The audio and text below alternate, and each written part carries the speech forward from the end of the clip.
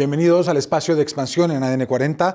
Hoy hablaremos de la propuesta del Consejo Coordinador Empresarial que presentó y que va a presentar al presidente la semana próxima de un acuerdo nacional y 68 puntos para la salud, el bienestar social y la prosperidad económica en un año en el que sabemos que la recesión está encima.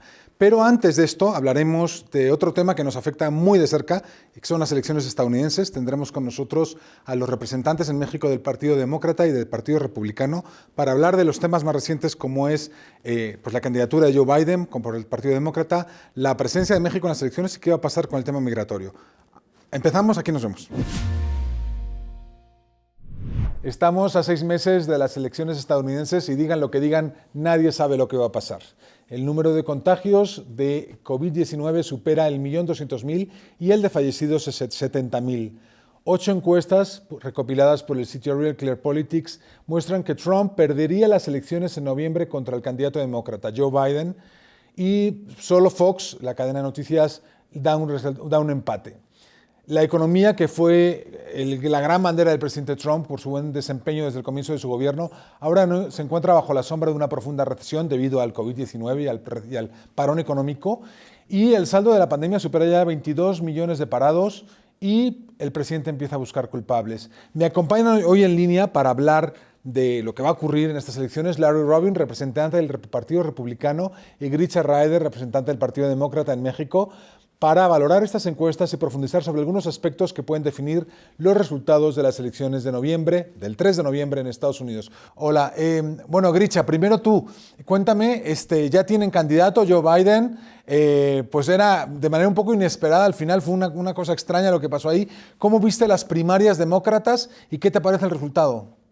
Pues las primarias demócratas un poco accidentadas al principio. Sin duda, Biden no mostraba ser el líder ni estar al frente de la competencia de ninguna manera. Obviamente, cuando el representante del Congreso americano negro, afroamericano más importante, le da su voto, su visto bueno, obviamente eso cambia toda la dinámica de la elección, colocando a Joe Biden al frente de la carrera. Y eventualmente ganando, pues ya es nuestro presunto candidato. Obviamente no ha alcanzado los 1.991 delegados que se espera va a alcanzar, definitivamente por el hecho de que ya todos los demás claudicaron y pusieron su apoyo detrás de él.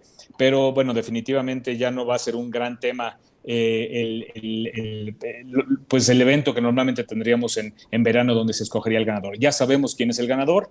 En este momento lo que estamos esperando es que decida quién va a ser su running mate, como decimos en inglés, que sería el posible vicepresidente. Esperamos que sea una mujer, al menos hasta ahora así ha indicado y creemos que es lo correcto.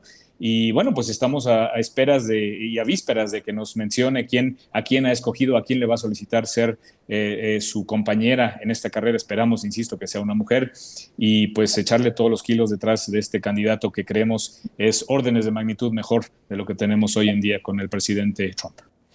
Larry, ¿cómo viste ese proceso de la elección primaria demócrata? ¿Y qué te parecen estas encuestas sorprendentes de que veníamos con un presidente que parecía inexpugnable a la crítica y de repente pues parece que las encuestas empiezan a mostrar otro resultado debido evidentemente al parón económico del COVID-19? Pues mira, sí, definitivamente, Alberto, yo creo que el COVID ha cambiado todo para el proceso electoral en sí, ¿no? Las mismas campañas han tenido que ser modificadas, ¿no? No se pueden hacer los grandes meetings que se han hecho en ocasiones anteriores.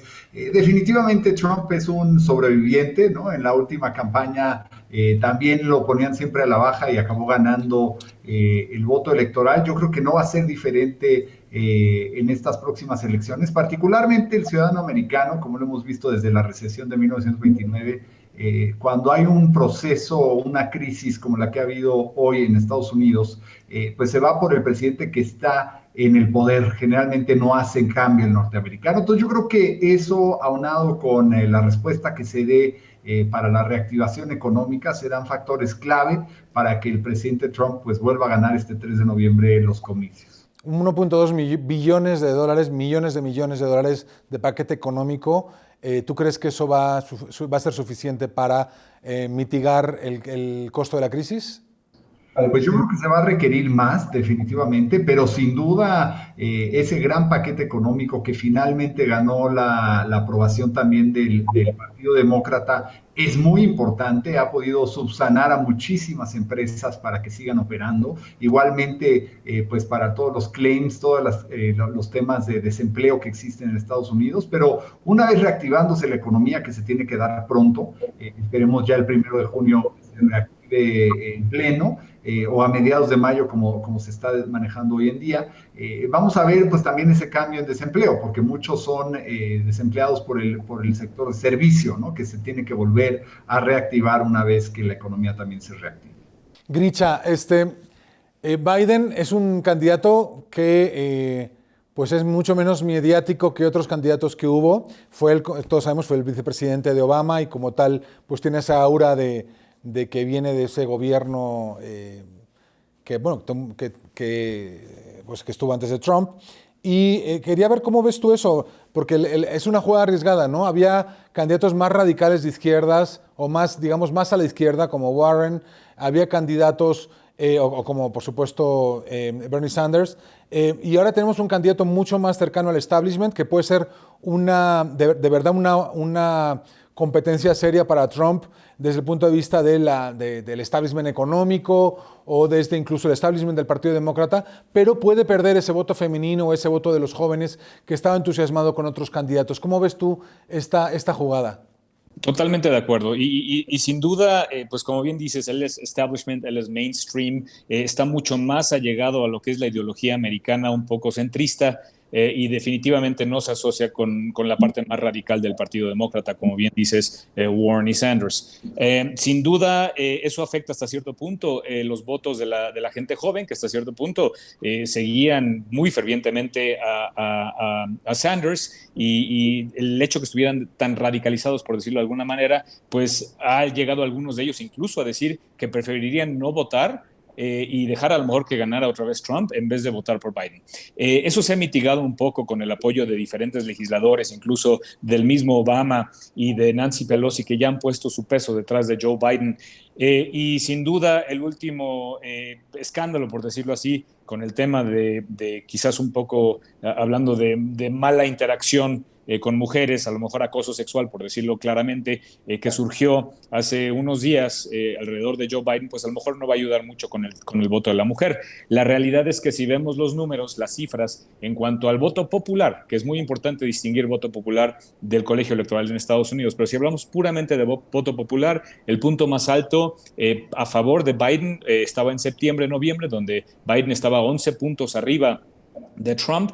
Obviamente eso bajó un mínimo en los últimos meses en enero, donde bajó a una diferencia de 4 puntos, que estadísticamente hablando es negligible, pero ya va otra vez de subida la diferencia a favor de Biden. Pero insisto, este es el voto popular y como bien dice mi amigo Larry, lo que define en Estados Unidos a fin de cuentas quién gana la elección, pues es el colegio electoral. Oye, Richard, una duda. ¿Cómo ves eso del paquete económico de recuperación y qué tanto eso va a jugar en las elecciones? Pues que si la gente empieza a ver que hay un cheque y que las empresas siguen vivas, pues que eso se traduzca en un apoyo a Trump mucho mayor dentro de 2 meses o 3. Mira, el tema es que esto, al ser un programa de apoyo gubernamental hasta cierto punto empujado por el legislativo, pero que el ejecutivo, en este caso el presidente Trump, se lo está atribuyendo y haciendo parecer como que fue una idea suya y que él está salvando a todo el mundo, mandándoles un cheque por $2,000, $3,000, pues es un poquito manipulación de la realidad. Incluso él mandó una carta y en el mismo cheque mandó imprimir su nombre como dando la idea de que él es el que le está dando ese dinero a la gente, por un lado. Sin duda, si la gente no se informa bien y se va, como decimos en mexicano, se va con la finta, pues puede ser que eso le retribuya y le ayude de alguna manera en su popularidad. Ahora, el empujar a los estados a que reabran demasiado pronto, lo cual puede llevar a un segundo pico en cuanto a contagio del COVID-19 y del coronavirus, que es el que lo trae, pues también puede resultar en un efecto negativo. Entonces yo creo que es una moneda al aire lo que está haciendo Trump ahorita. Como bien sabemos, el hombre no planea, el hombre no tiene estrategia, sino él va haciendo las cosas conforme se le ocurren. A veces le salen muy bien, A veces le salen muy mal, vamos a ver qué es lo que pasa en esta ocasión. Pero sin duda ese paquete económico sí ayuda a muchas familias, sí va a sacar a mucha gente de problemas. Y hablando del primer paquete que salió, que era para empresas pequeñas, pues mucho de ese dinero se fue a empresas grandes, multinacionales, globales, que incluso tuvieron que regresar el dinero, pues porque de alguna forma la gente del mismo gabinete de Trump pues decidió que ese dinero estaba mejor usado ayudándole a empresas amigas del mismo presidente que a empresas pequeñas y medianas. Entonces, pues es una jugarreta, es una manipulación de la realidad que está haciendo el presidente, como siempre lo hace, y pues como le puede salir bien, le puede salir mal, y es lo que vamos a ver. Larry, tú puedes defender a Trump cuando quieras, por supuesto replica lo que dice Gritch en cualquier momento, pero quiero preguntarte sobre la presencia de México en las elecciones. En 2016, pues todos recordamos pues esta acusación de los mexicanos como violadores, asesinos, en fin, esta estrategia electoral de Trump de criminalizar al mexicano, satanizar el NAFTA, ya bueno, hoy el ya extinguido, bueno, el que pronto va a desaparecer, el Telecán. ¿Qué tanto crees que esto va a volver a pasar, Larry? La verdad, Alberto, yo veo una relación totalmente diferente entre el presidente Trump hoy y, digamos, México en el 2020 a lo que fue el candidato Trump, con mucha menos información sobre la relación comercial México-Estados Unidos, por ejemplo, o la relación bilateral en todo su contexto con México. Yo sí verdaderamente creo que la relación México-Estados Unidos para el presidente Trump ha venido tomando un papel preponderante, por eso su deseo de empujar y ya lograr pues la ratificación del TEMEC, ¿no? Del USMCA, que entrará ya en vigor el 1 de julio. Creo que esto cambia la situación México-Estados Unidos, sin duda, y veremos un papel mucho más propositivo con referencia a México. El tema migración seguirá siendo un tema, sin duda, pero ya no un ataque o una presunción de ataque hacia México, sino una relación y unos comentarios hacia México como un colaborador del presidente Trump, como han venido trabajando en últimas fechas, ¿no? Entonces yo creo que esa va a ser más hacia donde va a moverse la campaña del presidente Trump. Definitivamente el tema de la reactivación económica será muy importante, como dice Gritcha, esa parte es lo que no conocemos hoy, cómo va a estar la reacción y cómo van a ser pues el COVID no se acaba, lamentablemente, ¿no? Para el presidente Trump o para el candidato Biden, el COVID va a continuar hasta que exista una vacuna, ¿no? Y todos tendremos que saber vivir con COVID, ¿no? Tendremos que rehacer nuestra vida y pues algunos viajar en el metro, en el camión, etcétera. Entonces, para el votante norteamericano, el COVID continuará hasta que no haya una vacuna y esto hace un reto para cualquier político, ¿no? Porque no puede hacer la campaña igual, porque su audiencia es diferente a la que ellos conocían, o digamos, están escuchando mensajes de una forma diferente a como lo hacían antes, ¿no? Y eso va a ser un reto tanto para el presidente Trump como también para Joe Biden. Muy bien, pues muchas gracias a los dos por esta participación. Esperamos vernos pronto, en unos meses, para ya más cerca de las elecciones hacer una otra revisión. Gracias por acompañarnos y nos vamos a un corte. Aquí los esperamos en unos minutos. Gracias por seguir con nosotros en este espacio de expansión en ADN 40. Bueno, todos sabemos, el quédate en casa y el cierre de actividades no esenciales golpeará a las empresas y a las familias como nunca en la historia reciente de México. Los economistas pues ya están hablando de una caída del PIB de alrededor del 7%. El gobierno anunció un plan para esta situación que los analistas consideran que no va a ser suficiente y que pues, lo tienen que incrementar. Y en medio de una relación muy tensa entre gobierno y sector empresarial, el Consejo Coordinador Empresarial, el CCE, organizó del 27 al 29 de abril una conferencia nacional para la recuperación económica que contó con 11 mesas digitales, cientos de colaboradores, de participantes y más de 100,000 personas escuchando. Llegó a 68 propuestas en 3 tipos de prioridades: salud, bienestar social y estabilidad económica. Tenemos con nosotros a Carlos Salazar, presidente del Consejo Coordinador Empresarial. Gracias por acompañarnos, Carlos. Ha habido un poco una simplificación del mensaje del sector empresarial y desde el gobierno lo que se critica es que los empresarios, los grandes empresarios que históricamente pagan pocos impuestos, digo, sintetizando un poco el mensaje, ahora lo que quieren es diferir impuestos, pago de impuestos y contribuciones en plena crisis en vez de estar ocupados de la salud. En cambio, este documento que presentan ustedes, pues tiene muchas propuestas de salud, de asistencia a la población que se queda fuera, de las pequeñas y medianas empresas. ¿Por qué hay esta falta de comunicación entre lo que se pone en la mesa y lo que se recibe del otro lado? Yo creo y estimo que aquí hay definitivamente una confusión o una información que no ha llegado adecuadamente. Nosotros hemos reiteradamente explicado que nunca hemos pedido, desde que esta situación se inició, apoyos a las empresas y menos a las empresas grandes. Y lo subrayo, nunca. Jamás se habló de sistemas de FOBAPROA, jamás se habló de apoyos económicos, de deuda para que podamos privatizar las ganancias y hacer colectivas las pérdidas. Jamás se habló de eso. Todos los comentarios que ha hecho el sector empresarial organizado ha sido tratar de proteger a las familias y proteger el empleo de los más desfavorecidos.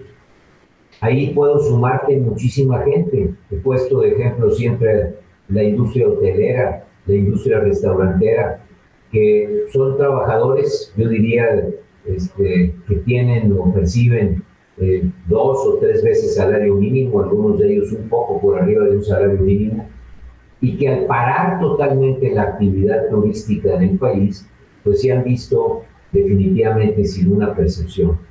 Hemos intentado hablar también por los casi 3 millones de trabajadores de la industria de la construcción. Otra vez, aquí no estás hablando de grandes empresas, estás hablando de ese plomero, ese albañil, ese ayudante de albañil que se quedó sin empleo. Sabemos todos que esas personas viven con un salario semanal y verdaderamente sobreviven obteniendo ese dinero, el cual se gastan durante la semana y reciben otra vez la percepción de su trabajo la semana que sigue. Todas estas personas, o la mayor parte de ellas, no son parte de los programas sociales. Trabajan, tienen algunos empleos razonablemente buenos. Me refiero, por ejemplo, a un plomero, ganan razonablemente una cantidad comparable con lo que podrías ganar dentro de una fábrica. Y bueno, todas estas personas han tenido un impacto en su forma de vida. Bueno, a esas personas son a las que nosotros hemos tratado de hablar o tratar de ser una resonancia de las limitaciones que están teniendo. Y el documento, en muchos de estos 68 propuestas, toca, tal como tú lo comentas, la situación de esas pequeñas empresas, muchas de ellas se les llama MIPYMES, o sea, de compañías tan pequeñitas que a veces tienen 4 o 5 trabajadores y que de alguna forma son a las que tenemos nosotros que apoyar y soportar. El gobierno anunció un programa de créditos para estas empresas. ¿Qué le falta a ese programa? Nosotros hemos insistido desde el principio en que una manera de poder solucionar esto, y estamos hablando ahora ya de políticas derivadas de esto, yo creo que aquí hay que dividir entre... la propuesta es ayudar. Ahora, hay muchas maneras de hacerlo. Una de las formas era tratar de darles liquidez a esas pequeñas empresas, porque no son empresas quebradas, Alberto. El mes de febrero esa empresa trabajaba. Voy a ponerte el ejemplo de ese plomero. Una camionetita, a lo mejor tiene 4 o 5 trabajadores, llegan a las construcciones y de alguna manera resuelven el problema de conexiones hidráulicas que se requieran en esa construcción. Esa pequeña compañía de ese emprendedor pues se ha visto sin trabajo, y esa empresa requeriría de apoyos de financiamiento. Nosotros sugerimos en un momento que se le diera un programa de garantías a Nafinsa, que recibiera una cantidad de dinero a Nafinsa, y que con ese dinero Nafinsa pudiera garantizar los créditos que la banca privada pudiera ejercer. La banca privada ha hecho un gran esfuerzo, Alberto.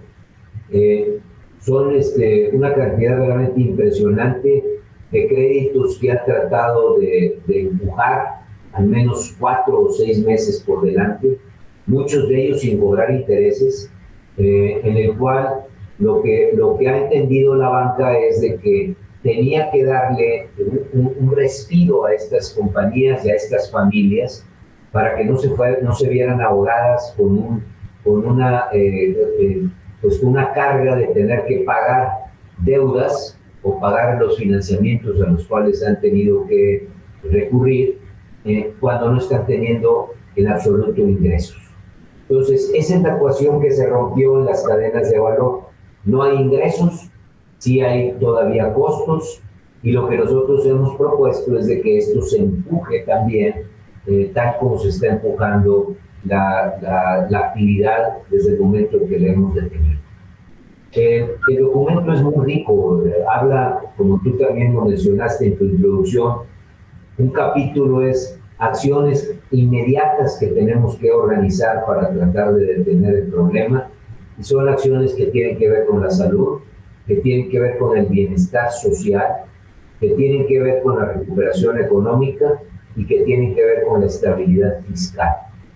Son acciones inmediatas. Después hay un segundo capítulo en el documento que habla de cómo regresar a las actividades productivas, cómo debemos de coordinarnos. Y entonces ahí se habla de 3 grandes capítulos o subcapítulos de propuestas. Uno, que tiene que ver también cómo proteger la salud.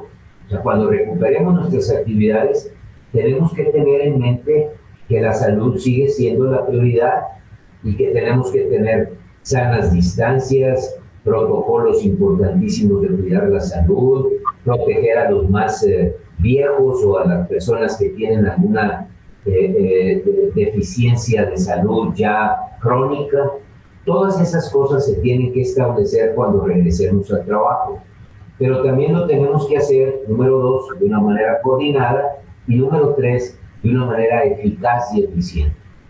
Y por último, abrimos un tercer gran capítulo de propuestas que tienen que ver ya con el crecimiento a mediano y a largo plazo. Y ahí hablamos del empleo y en la traducción del empleo en consumo. Hablamos de acciones que se pueden tomar para la inversión en México. Número 3, la reorientación que debería de tener el gasto, donde hay que seguir privilegiando la inversión. Y por último, el Estado de Derecho, que debería de ser siempre el faro y la guía de todas nuestras acciones. Oye, Carlos, el presidente López Obrador ha mostrado en el pasado pues que sí es alguien que puede cambiar de opinión sobre algunos temas. Pasó con el tratado comercial con Estados Unidos, pasó con el papel del ejército en el tema de seguridad pública. O sea, ha cambiado de opinión en muchas cosas, pero también es una persona que el enfrentamiento directo lo hace desconfiar. ¿Qué tanto la ruptura pública que hicieron un poco de la cercanía con el gobierno o de la proximidad o de la colaboración, digamos, del ambiente de colaboración que tuvimos hasta hace pocas semanas, puede generar que no llegue este mensaje, que este mensaje no llegue a donde tiene que llegar? Fíjate que el presidente ha demostrado en reiteradas ocasiones que él escucha, y yo soy un convencido de que el presidente escucha. Me ha tocado en múltiples oportunidades ser escuchado por el presidente, cosa que aprecio y agradezco. Al final vuelvo a insistir en las intenciones, y si tu intención es verdaderamente positiva, es transparente, pues nosotros pensamos que así vamos a ser escuchados. Yo espero ser recibido por el presidente en los próximos días. Espero tener la oportunidad de platicarle las acciones que vienen integradas en este documento, y que quiero volver a ser explícito con tu auditorio. No es la opinión del sector empresarial tan solo, la opinión de una gran convocatoria que logramos realizar en estos últimos días. Entonces, ojalá y esto le dé sustento a lo que estamos proponiendo, el hecho de que sea amplia, que no es nada más hablar con el sector empresarial, y que al final salgamos de estas reuniones con un solo objetivo, y es colaborar para que a México le vaya mejor. Así que yo vuelvo a reiterar el interés que tenemos de colaborar de una forma total y absolutamente transparente, en donde no buscamos el interés ni la protección de nadie. Por eso aprovecho tu programa para volver a reiterar que no estamos pidiendo recursos para apoyar ni para proteger a nadie, sino estamos tratando definitivamente de poner nuestro grano en la construcción de lo que debería de ser el futuro de nuestro país, y en este caso particular de cómo podemos disminuir los efectos nocivos que tiene la crisis económica provocada por esta crisis de salud. Muchas gracias, Carlos Salazar, presidente del Consejo Coordinador Empresarial, y pues gracias por acompañarnos en este espacio de Expansión en ADN 40. Nos vemos los domingos 11 de la noche y pueden seguir todo el contenido y esta entrevista en expansión.mx. Gracias por acompañarnos.